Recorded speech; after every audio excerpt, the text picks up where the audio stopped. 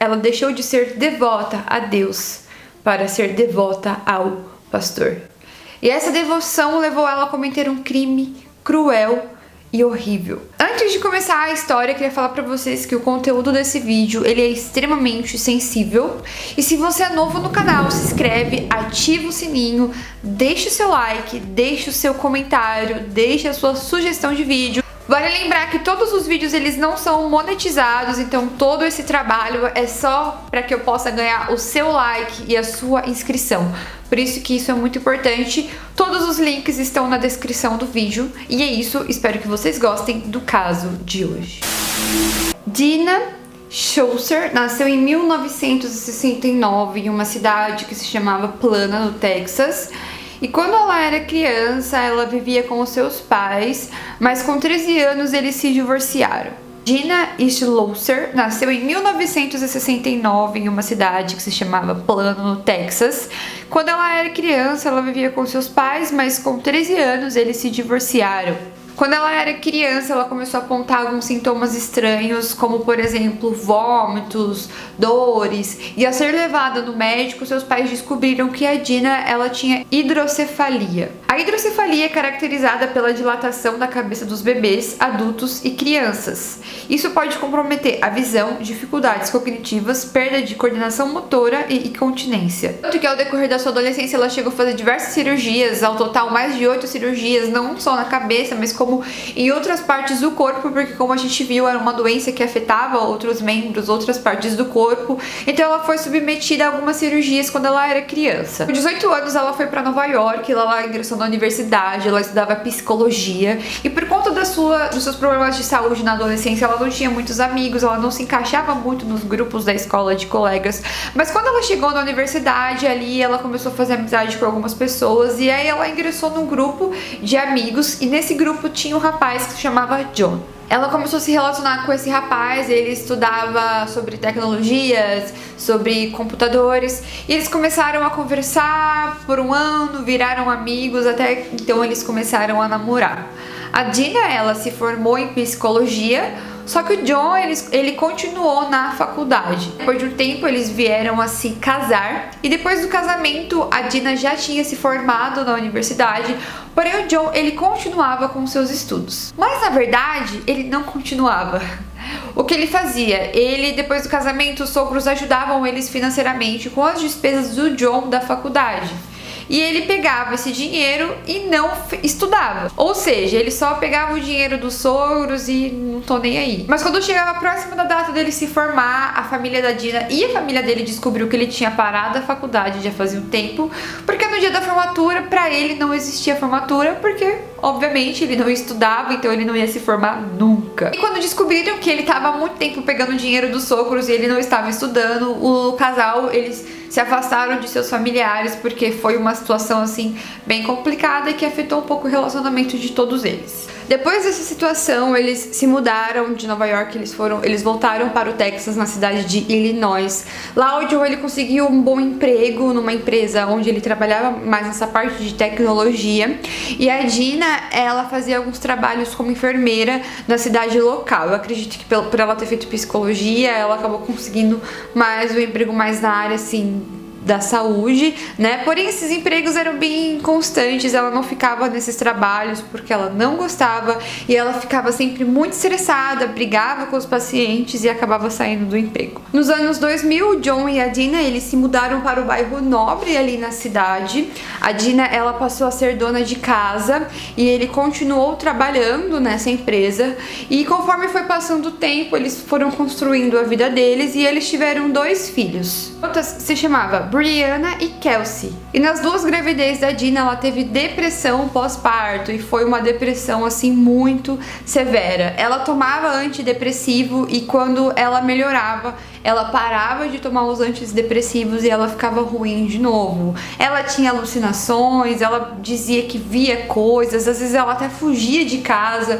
Então ela tinha uma depressão assim muito profunda. A gente pode ver, obviamente, que ela é uma pessoa que quando ela era criança, ela ela já nasceu com um problema, depois ela desenvolveu a depressão pós-parto, porém ela não tomava os devidos cuidados médicos que ela precisava por conta dos seus problemas de saúde e também por conta do problema de depressão. Nessa época, onde eles tinham 2 filhas já e eles estavam morando num bairro legal, o John, ele era o único provedor da casa. A Dina, ela não trabalhava, ela se dedicava só no cuidado com as suas filhas. E nessa mesma época, infelizmente, o John, ele perdeu o seu emprego. Então a família ficou sem saber muito o que fazer, porque ele era a única pessoa que vinha com o sustento.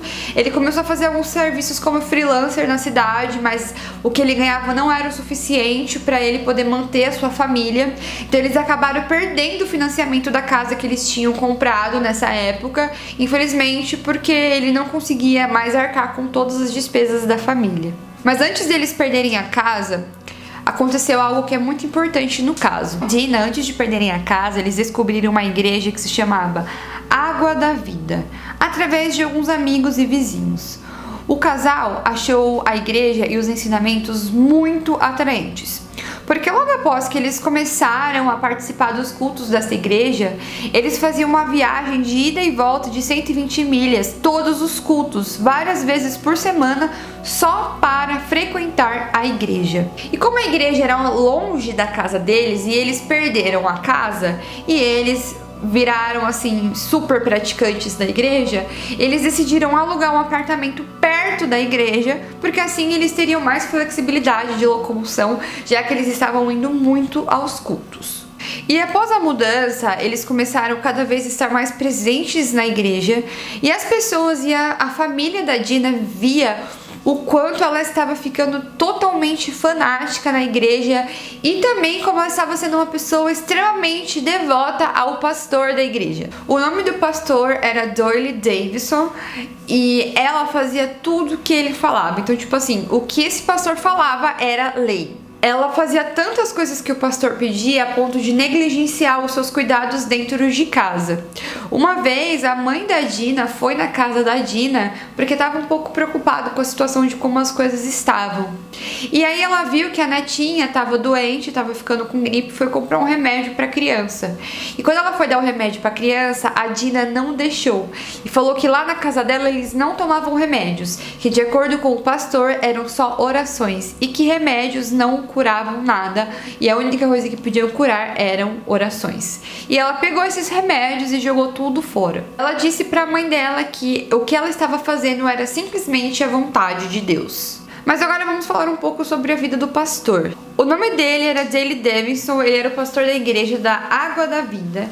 Ele era um ex-veterinário e muitas vezes misturava os seus ensinamentos com as lições que aprendeu enquanto cuidava de animais. Ele acreditava que ele era um profeta e que foi enviado a Plano, que era a cidade onde eles estavam, onde a igreja Água Viva estava localizada, para espalhar a mensagem de Deus.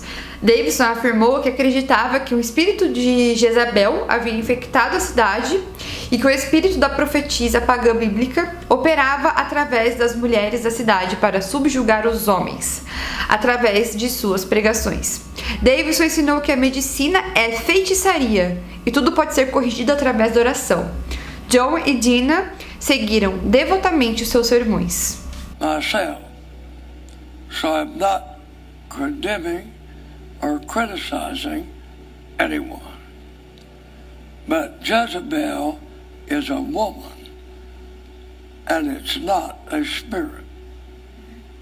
Got it? Esse pastor também, eu vi uma coisa muito curiosa, que logo quando ele ingressou nessa igreja, ele era casado com uma mulher e ele chegou a falar que Deus não queria mais aquele casamento e que Deus tinha levado a esposa dele e que um espírito tinha tomado conta da mulher. Então ele se considerava separado da mulher, mesmo ele não se divorciado, e que a esposa dele seria uma outra mulher que era da igreja. Eu não sei o nome, gente, me perdoe, mas eu não sei o nome das pessoas, eu só vi uma história assim numa das fontes de pesquisa. E que essa mulher era a nova esposa dele, só que essa mulher era casada com outro homem. E eles começaram a ter um caso, porque esse pastor conseguiu colocar na cabeça daquela mulher que ela era para ser a esposa dele de agora em diante, que ela podia ter 2 maridos, e o marido da mulher nem sabendo de nada disso, assim, vivendo super bem a vida. Enfim, já dá pra gente saber como ele era uma pessoa que ele conseguia entrar na mente das pessoas e falar as coisas que ele queria e ter o que ele queria também. A mãe da Dina, nessa mesma época que ela foi lá, ela tinha um problema que era mal de Parkinson, e ela foi na igreja falar com esse pastor, porque ela, a mãe da Dina, trabalhava em um hospital, e foi falar com esse pastor, tipo assim, por que as pessoas não podem tomar remédio? Como assim? Que absurdo é esse?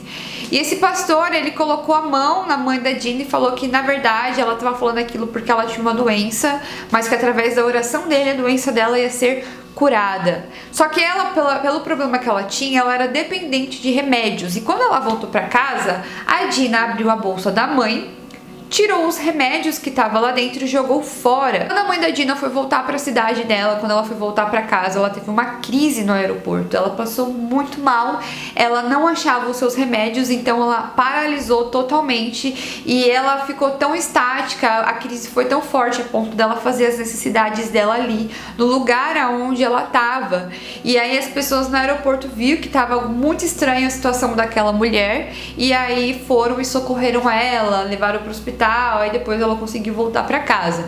Pra vocês verem o nível da sanidade mental da Dina, ela jogou os remédios da mãe no lixo e a mãe quase morreu no aeroporto por conta disso. A partir de agora o caso vai ficar pesado, então se você é sensível a esse tipo de conteúdo, para agora aqui, não continue vendo esse vídeo. Primavera de 2003, a Dina ficou grávida.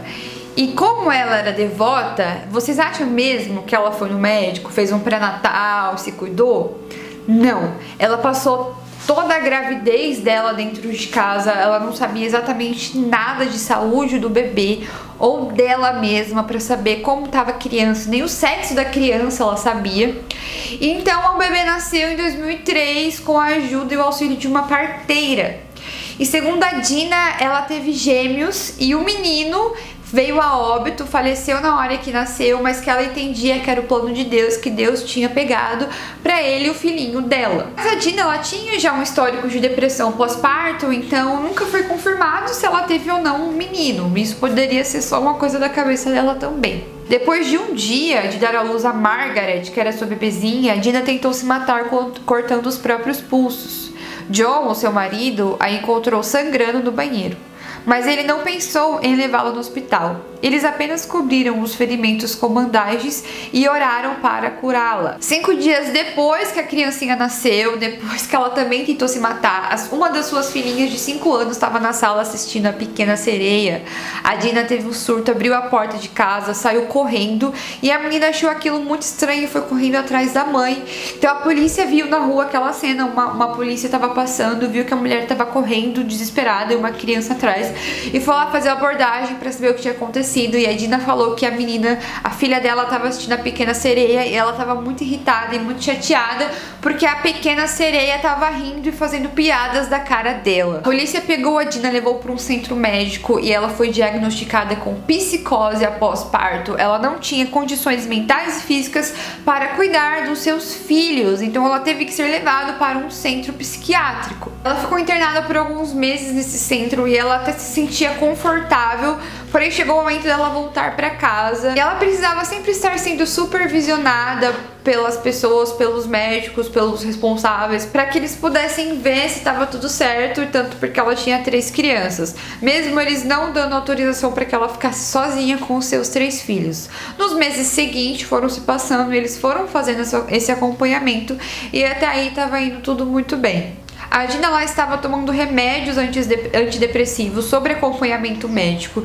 Então, quando os assistentes sociais pararam de ir na casa dela, o marido dela e ela concordaram que ela já estava curada e que, como eles acreditavam que eles não precisavam de remédio, que aquilo era uma coisa, um feitiço, uma bruxaria, ela parou de tomar os seus antidepressivos porque para o casal aquilo não passava de algo extremamente maligno. Porém, a condição mental da Dina começou a se deteriorar e ela foi pega fazendo barulhos de animais rosnando e assobiando.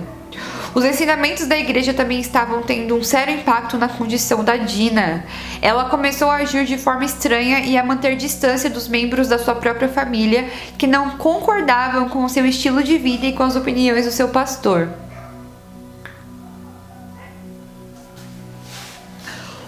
A sua obsessão pelo pastor era extremamente absurda, e quando a sua filhinha tinha 10 meses, antes de ir para o culto, ela colocou um vestido branco na sua bebezinha e disse para o seu marido que naquele dia ela ia levar a bebezinha para a igreja, porque Deus tinha pedido para ela entregar a bebezinha como esposa para o pastor. O marido não falou nada em relação a essa atitude. Porque ela não fez isso, mas depois que ela chegou da igreja, antes deles dormirem, ela colocou os filhos para dormir. E quando ela foi deitar na cama, ela falou pro marido dela que ela queria e precisava entregar a filha dela a Deus.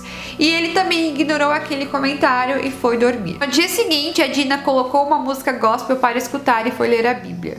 Então ela abriu um versículo que falava assim: se a tua mão direita te fizer pecar, corte-a e atire para longe de ti. Pois é melhor que um dos teus membros se perca do que todo o teu corpo seja lançado no inferno.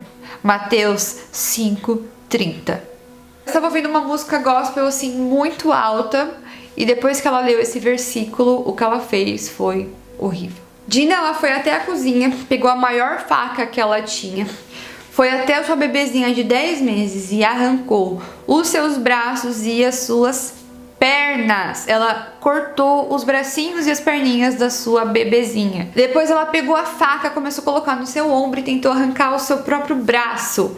Mas nessa hora o telefone tocou e ela foi atender calmamente enquanto a sua filha estava lá, praticamente morrendo, sem os braços e sem as pernas. Na linha era o seu marido, e o seu marido atendeu, perguntou se estava tudo bem, e ela calmamente falou o que ela tinha feito. Seu marido calmamente ligou para o pastor, que calmamente ligou para uma irmã da igreja para que ela ligasse para a Dina. Ela ligou para a Dina e a Dina calmamente falou o que tinha acontecido e o que ela tinha feito. Graças a Deus, uma pessoa com sanidade mental, que era o marido dessa mulher, achou loucura aquilo e ligou pra polícia, e a polícia ligou na casa da Dina. Gente, que difícil, meu Deus do céu. Quando eu falo calmamente, porque nas fontes de pesquisa disse que ela falava como tipo: eu cortei os braços e as pernas da Margaret. É como se ela falasse assim para as pessoas. Então foi uma coisa tipo: calma, que ela não estava se importando ou não tinha ciência do problema ou do dano que ela tinha causado ali naquele momento. O policial do 911 disse que quando ele ligou pra Dina, ele escutava uma música gospel muito alta de fundo, e quando eles chegaram lá, a cena que eles viram foi realmente algo horrível, que foi a Dina sentada no sofá, toda ensanguentada, com uma música gospel muito alta, e ela não estava desesperada, ela estava calma, porque o que ela achou que ela tinha feito era uma coisa boa. Ela o tempo inteiro agradecia a Deus, falava obrigada Jesus, porque ela achava que o que ela tinha feito com a filha dela foi, na verdade, uma entrega a Deus. Ela tinha entregue a bebezinha dela a Deus. Mas assim que ela foi pega na casa dela, ela foi levada para a delegacia e a sua bebezinha foi levada ao hospital. Porém, o tempo de socorro demorou tanto que, infelizmente, a bebezinha ela perdeu muito sangue, ela não resistiu ao que aconteceu e veio a óbito. O psiquiatra David, que atendeu a Dina, ele disse que ela falou pra ele que viu uma notícia na televisão sobre um menino sendo atacado por um leão como um sinal de apocalipse que se aproximava, e que ela havia ouvido Deus ordenado que ela removesse o braço do seu bebê e depois o dela. O ataque posteriormente foi descrito como um frenesi religioso. Determinou o psiquiatra que Dina sofria de psicose severa pós-parto. Ela foi considerada inocente por motivos de insanidade e foi internada no Hospital Estadual do Norte do Texas e condenada a ficar lá até que não seja mais considerada uma ameaça para si mesma ou para outros. Ela ficou internada no hospital psiquiátrico. Eu não sei, gente, eu acho que é o que? É uma piada? Eu não sei. Ela virou colega de quarto de uma mulher que se chamava Andrea Waits. Essa mulher ela ficou conhecida em Dallas, em Houston, por ser uma mulher que afogou seus 5 filhos porque ela queria esconder os seus 5 filhos de Satanás. Aí eles pegam 2 mulheres que mataram seus filhos por questões religiosas e colocam juntas dentro de um quarto. Eu não sei se isso foi uma atitude muito saudável, mas beleza. Já o John, alguns meses depois, ele caiu em si das consequências de tudo aquilo que estava acontecendo e pediu o divórcio pra Gina. E como consequência do divórcio, o trato também era que ela nunca mais tivesse contato com as suas 2 filhas. No dia 6 de novembro de 2008, foi anunciado que a Gina seria libertada em breve para atendimento ambulatorial. A ordem exigia que ela fosse a um psiquiatra uma vez por semana, tomasse remédios, tomasse anticoncepcionais aprovados pelo médico e não tivesse nenhum contato não supervisionado com crianças. Ela começou a receber só tratamento ambulatorial, ela não precisava mais ficar internada ou presa dentro de um hospital, então ela foi liberada para que ela pudesse viver novamente em sociedade, mas em 2010 os bombeiros viram ela andando de madrugada pelas ruas às 2 horas da manhã, descalça, como uma pessoa maluca, né? Então eles pegaram ela e levaram ela de volta para o hospital psiquiátrico, porque ela ainda não estava apta a viver em sociedade ainda. Ela ainda poderia ser um perigo para outras pessoas e para outras crianças também. Esse tempo que ela ficou fora da clínica, ela começou a trabalhar no Walmart e isso veio à mídia porque as pessoas começaram a falar sobre o fato dela trabalhar no mercado, que ela não era uma pessoa estável para trabalhar ali. Então, nessa mesma época, o Walmart lançou uma nota na mídia local, no caso o Walmart que ela trabalhava, falando que ela não fazia mais parte da empresa, porque nem tinha como, né, já que ela voltou para a clínica psiquiátrica, não tinha como mesmo ela continuar com o trabalho. Enfim, eu não tenho mais notícias dela, mas acredito que ela ainda esteja internada num hospital, porque todas as vezes que ela deixou de tomar os seus antidepressivos, ela teve ataques, né, da psicose que ela tinha e provou pra todo mundo que se ela não toma o remédio, ela fica maluca da cabeça e precisa ter sim o cuidado médico absurdo. Esse foi o caso da Dina. Ela, por conta da religião e desses problemas mal cuidados da sua cabeça, ela infelizmente, com essa loucura matou a sua bebezinha. E vemos como a depressão é uma doença muito grave e precisa ser devidamente tratada. Se você conhece alguém que tem depressão pós-parto, procure um médico, procure um psicólogo, um psiquiatra. Essa pessoa precisa de tratamento. Você conhece alguém que tem esse problema, não negligencie, ajude essa pessoa. Foi esse o caso de hoje. Se você gostou do caso, clique em gostei, se inscreva no canal. Atenção para os links na descrição do vídeo das redes sociais, do podcast. Também falamos de True Crime nas outras redes sociais vizinhas. E é isso, espero que vocês tenham gostado. Um beijo pra vocês e até o próximo vídeo. Tchau!